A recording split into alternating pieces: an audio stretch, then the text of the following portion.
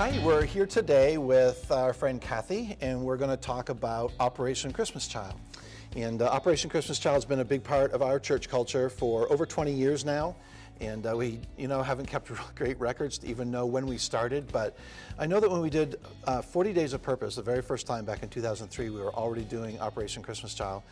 And so we're going to talk about that a little bit right now. And before we do, Kathy has kind of stepped in to kind of be our point leader, if we call, I guess that's your official title now, for our involvement with Operation Christmas Child. But I just want to take a second and recognize my mom, Barb, for all the years of being that person for this church and championing Operation Christmas Child. And I think the challenge there with Mom handing that off to somebody was to find someone who could match her enthusiasm. Mm-hmm. And we think we found the person. So, so thank you, Mom, for all your vision casting for Operation Christmas Child over the years. We've collected hundreds and hundreds of boxes, maybe thousands of boxes over the years, and she's been a huge part of that. So, first of all, before I get into talking about your involvement with Operation Christmas Child, let me just tell our viewers, if you are unfamiliar with what we're even talking about, rather than take a lot of time in this video to talk about what Operation Christmas Child is, we're going to put a link in the video description. You just click on that and it'll take you to a video produced by Operation Christmas Child, just kind of a real quick flyover of what this project is. So there's that. We're going to move forward as if everybody watching knows what we're talking about. Let's talk about your past involvement with Operation Christmas Child. Where did you first get involved with that? I think it was when I had a Girl Scout troop. Okay. We started packing boxes, and then I just kept packing every year. That's cool. Where was that?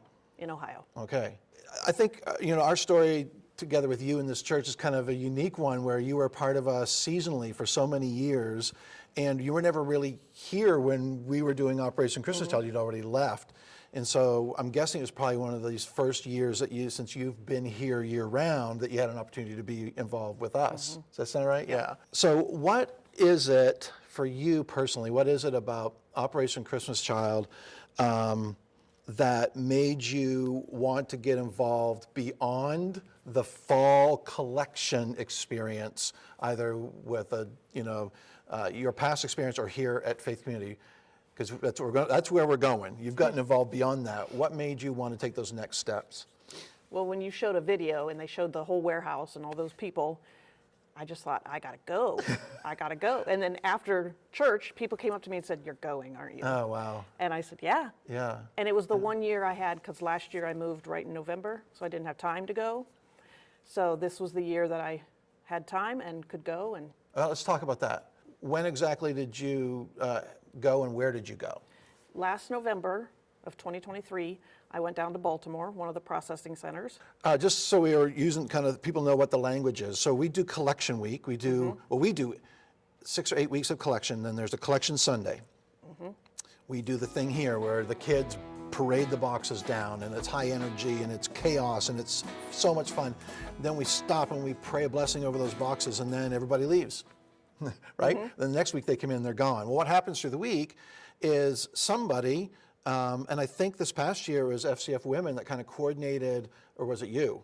I think it was you this year. Maybe it was, I'm thinking of the year before. You've got a van, that's your problem. Oh, I should put that on the internet, didn't I? If you ever need a van. Yeah. So anyway, we filled Kathy's van, and you took it to the collection center. Where was the collection center? I It was did right here in the Ellsworth, one or did you do in one? Eddington, because it was only a mile from my house. Gotcha. So there's a handful of them, like within easy driving Yes. distance of us. So they collect for a week or so. Then the boxes go where? They all get put in a big carton, 15 per box, and then they get sent to a central location in Maine, Okay. and then they get to go to Baltimore. Somehow they end up in Baltimore. I think ours go to Baltimore because it's the closest. Makes sense. Yeah. Okay. So do you want to talk a little bit about this time in Baltimore? Yeah, but How I want long- to say one thing first. Just go ahead. When I was taking the van full of boxes, I kept thinking, I got to be careful because I have 224 precious children in the back, is how I love it. considered it. I love it. And when I got there, I said, I need help. And they said, oh, okay. And I opened the van doors, and they were like, okay. I love it. So Yeah. It was good. Yeah, our church's contribution is not insignificant, right? And so I've always, whenever I've gotten a chance to deliver to the collection centers, it's always very high energy. The volunteers are amazing. I think they're probably as enthusiastic about the person that brings in 3 boxes as the Yes. van full Yep. of 200. But Yep. man, it is contagious. All right, so yeah, collection, your processing center experience. So we went to Baltimore, and they rented a warehouse. So you go in this warehouse, and they have it. They're very organized. It's very well set up, and they know you had to trust the process. They kept telling me there were stations where they processed the boxes, and then there was gifts in kind, which is what I was, which is donated goods. And then they call them fillers. I was in charge of keeping their baskets in their centers full of stuff. And Gotcha. it was great. You mentioned to me about how the boxes stay in, they might add content, but they stay intact. Yes. Right? Where I always thought that, you'd send your box, and I was always afraid they were going to rearrange my stuff. But they want to keep the integrity of the box because that family or whoever prepared it has prayed over that box. And God knows exactly where that box is going. So let's talk a little bit about the process, the nuts and bolts of where this box goes, what it goes through. So the boxes come into the warehouse, and then there are stations. Then they pass it on, and these people are looking through to make sure everything is safe. And then if they pull out like toothpaste, then there's a little bit of gap in there. So that's where they pick out of the fillers Gotcha. and put that in the box. Love it. So they never take your stuff out and rearrange it because the integrity of the box, and you've prayed over it. So how long was that for you? 4 weeks. 4 weeks. I love it. Any idea how many boxes that center would process?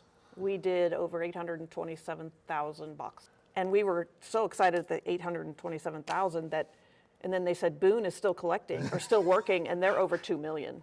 Wow. It's amazing. What were the total numbers on the year, do you know? 11 million something. Just for this year? What was your takeaway from your time in the Maryland Processing Center? Everybody in the building was there for the same purpose, and that's to spread the gospel through children. I mean, the box goes with little gifts, but that's only the start, because then they can join the Greatest Journey, have 12 classes, and then they go home and read the things to their father or their parents and their siblings and their neighbors. So it's multiplying. Yeah, yeah, Just the love in that room. yeah. No matter when the volunteers, I mean, we got different volunteers every day. And it's mostly run by volunteers. Yeah. Like we never processed a box Okay. because I was employed. Gotcha. But the volunteers would come in and Are they mostly local people, or are they coming No. from all over? no, one day I was at my station and they sent me 3 ladies, and we were always supposed to say our name and then say, where are you from? Okay. And they said Maine. Oh, no way. And the lady who sent them to me didn't know. Oh, wow. I love So it. it was great. That's really cool. So I got 3 ladies from Maine. What would you say to somebody who is thinking, hey, I could do that? They do have, you don't have to go for the whole 4 weeks, which Okay. I didn't know. Okay. You can come and volunteer for 3 days, Okay. a week, whatever, bring a group. It's all about a very great volunteer experience. But that wasn't the end of it for you. Since then, you've had another experience. Talk about that. There's a thing called Build a Shoebox Online. Yep. They call it BASBO. Okay. And that's where you go online and you can build your box. You pick which toys you want. Okay. And these are the boxes that go to the hardest to reach places, whether it's geographical or whether it's, persecution. geopolitical type- Yes. okay, gotcha. Like there's no Christians in these places. Gotcha. So you actually, assembly line, put these together. I didn't because I was paid, but Okay, gotcha. the volunteers came Sure. in, put them together, and then we had to, they would hand us the box and it was just overflowing, and we had to shove all those soccer balls and flip-flops in there. love it. And then send it to the taper and they'd tape it I up. think it's important for people to know, because I know we have people at our church that have done that, to know that it actually does. That contribution translates into a real box. Yes. Yeah. Yeah. And that was in Illinois. Yes. And how long were you there? 3 weeks. I saw on Facebook a picture on the Operation Christmas Child feed of a group of people praying over some boxes in the back of a truck, and I'm like, I showed it to Alethea, I'm like, that looks like Kathy.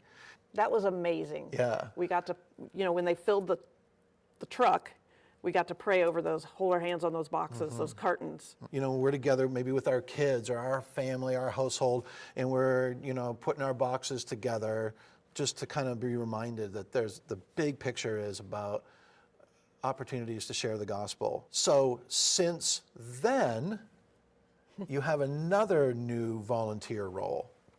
Let's talk about applied that. to be a year-round volunteer for OCC, which is Operation Christmas Child. And I just started. I'm in church relations, where we make relations with the churches that are already packing. And then Okay. in the next few months, we'll be trying to get new churches to Gotcha. pack. Oh, that's awesome. And what area do you have? We have, it's from Bar Harbor to Moosehead Lake to Belfast. It's a huge area. Are you our church relations representative? Are you ours? Yeah. Okay, good. That's convenient. This part of the state, our region last year, packed more boxes per capita than anywhere in the world, which That's I think awesome. is amazing. It really is, yeah, it really is. Yeah, every day when my volunteers would come, we'd be in the middle of processing, and I'd say, okay, I'm going to tell you a story. So we'd all gather around. And it was in one of these villages, the volunteers passed out the boxes, everybody got a box, and they did the countdown, they watched them all open them, and they looked in the back row, and there was a little girl who opened hers, and all it had in it was underwear. No school supplies, no toiletries, no toys. And they were like, what do? We don't have any extra boxes to trade. So they were kind of worried about it. And then at the end, when the kids left, her and her mom came up, and her mom said, we went into town last week with the last of our money because she needed underwear. And we Wow. bought her underwear. And then we got home, and she realized she left the bag on the bus. No. So the volunteers were like, how'd that box get out of the warehouse? How did it get here? How did it not have anything in it but underwear? But God knew exactly which child was going to get that box. I love it. That's amazing. I love And they were thrilled with that box. it. Wow. And we also had shoebox recipients who worked with us. We had one at each that's- center, and they would tell their stories of how they became a recipient, and then their favorite item in the shoebox. Oh, wow.